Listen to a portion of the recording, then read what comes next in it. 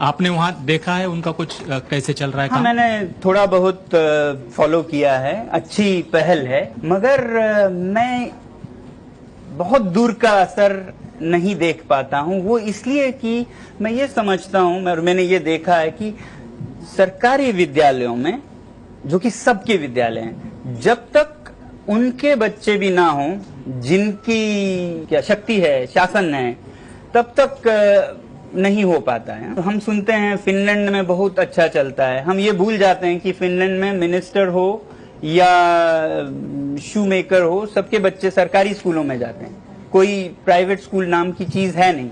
तो सभी के, जब मंत्री के बच्चे भी सरकारी स्कूल में हों, कमिश्नर के भी हों, तो फिर उन्हें दर्द का एहसास होता है। एक बेंच टूटी हो तो उन्हें शाम को खबर मिलती है बच्चे से, और वो फर्नीचर सप्लायर कैसे हैं, गलत सप्लाई कर रहे हैं, करप्शन है, उस सब में तहकीकात करते हैं। मैं एक कहानी बताऊंगा, समय हो कि नहीं, भूटान की।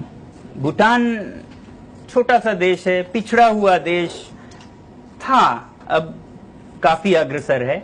मैं आपको बताऊं कि आज के दिन में वहां की सरकारी स्कूलों की स्थिति भारत के लगभग सभी प्राइवेट स्कूल से बराबर या आगे की है।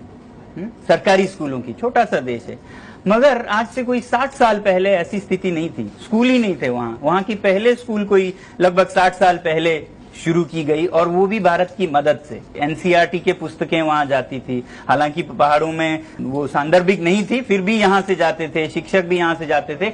और वहां के जो उच्च कोटि के लोग हैं, जो अमीर लोग हैं, वो अपने बच्चे वहां नहीं भेजते थे उन स्कूलों में, वो भेजते थे दार्जिलिंग में, कॉन्वेंट स्कूलों में। मगर फिर कुछ हुआ कि जैसे मैंने कहा, आज उनके स्कूल किसी भी दुनिया के स्कूलों के बराबर हैं।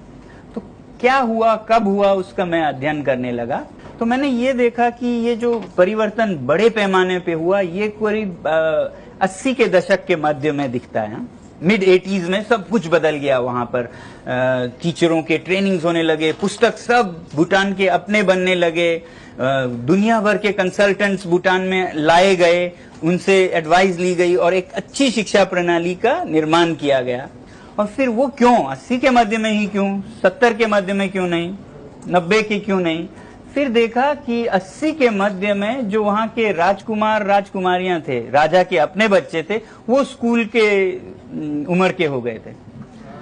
और उस समय राजा थे, तो वो दार्जिलिंग तो क्या, लंदन भी भेज सकते थे अपने बच्चों को, मगर उन्होंने दार्जिलिंग नहीं भेजा, लंदन नहीं भेजा, पास के सरकारी स्कूल में भेजा राजकुमार को, और उसके बाद और बच्चों को।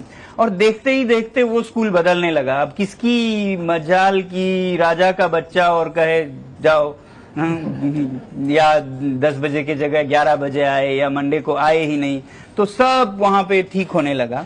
और फिर राजा को खबर होने लगी, आज तक तो शायद नहीं पता होगा, आज पता लगने लगा कि पुस्तकें तो, ये तो दिल्ली की पुस्तकें, इसका कोई मतलब नहीं है भूटान में, ये शिक्षकों को कोई प्रशिक्षण नहीं दी गई है, या स्कूल की दीवारें ठीक नहीं है।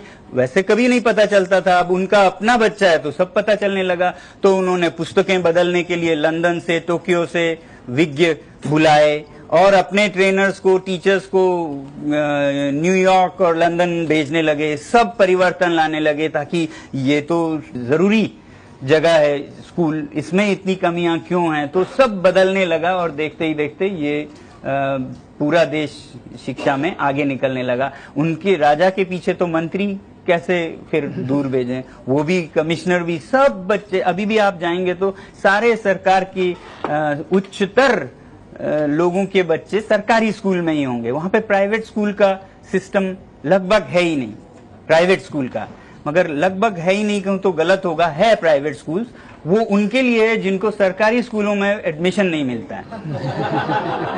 तो प्राइवेट स्कूल में, वहां अगर आप कहें मैं प्राइवेट स्कूल में जाती हूं, तो लोग कहेंगे निकम्मा है।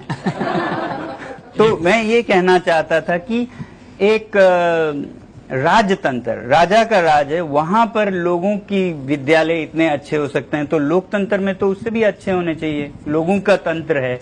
तो ये हमें सोचने की जरूरत है। यहाँ राजा नहीं है, मगर यहाँ पे मंत्री हैं, कमिश्नर हैं, शिक्षक ही आगे जाकर दूर तक देखें तो जिस दिन सबके बच्चे सरकारी स्कूलों में होंगे तब सरकारी स्कूल किसी से कम नहीं। सर, एक शिक्षक समाज बनाता है, समाज सुधरता है, तो बच्चों को पढ़ाने वाला शिक्षक खुद शिक्षित होना चाहिए, अच्छा ट्रेनिंग उसे मिलनी चाहिए। तो शिक्षकों को ट्रेनिंग देने के बारे में आप कुछ सोचते हो?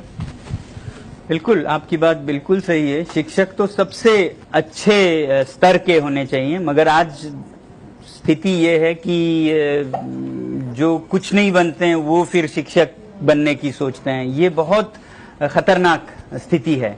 जैसे मैं अभी भूटान का उदाहरण दे रहा था ना, आपको ये जानकर अजूबा लगेगा कि भूटान में कोई भी डॉक्टर इंजीनियर हो बराबर के और एक शिक्षक बना तो उसका 40% लगभग ज्यादा तनख्वाह दी जाती है औरों से। तो ऐसे पॉलिसीज होनी चाहिए, ना कि हमें शिक्षकों की तालीम, शिक्षकों की तनख्वाहें कम करते जाएं और फिर जैसा आप देंगे वैसे लोग आएंगे। हाँ, कहते हैं ना, if you give peanuts then it will attract monkeys. तो अगर अच्छे शिक्षक और अच्छा भविष्य चाहते हैं तो सबसे ज्यादा ध्यान हमें शिक्षा विभाग में देने की जरूरत है, मैं ये सोचता हूँ। वांगचुंग सर, तुम्ही इथे आलात, शिक्षण पद्धती जी आपली ठोकळा शिक्षण पद्धती आहे ती बदलण्यासाठी काय करायला हवं हे बरेच जण बोलत असतात, मात्र तुम्ही ते प्रत्यक्षात करून दाखवलेलं आहे। लडाखमध्ये तुमचं जे काम आहे ते खरंच कौतुक करावं तेवढं थोडंच आहे। खूप खूप धन्यवाद की तुम्ही माझ्या कट्ट्यावरती आलात आणि तुम्ही जे काही काम केले ते संपूर्ण महाराष्ट्रासमोर मांडलं त्याबद्दल धन्यवाद। यासोबत कॉटन किंग प्रस्तुत माझा कट्टामध्ये आता वेळ झाली इथेच थांबण्याची। ताज्या घडामोडींसाठी बघत रहा एबीपी माझा।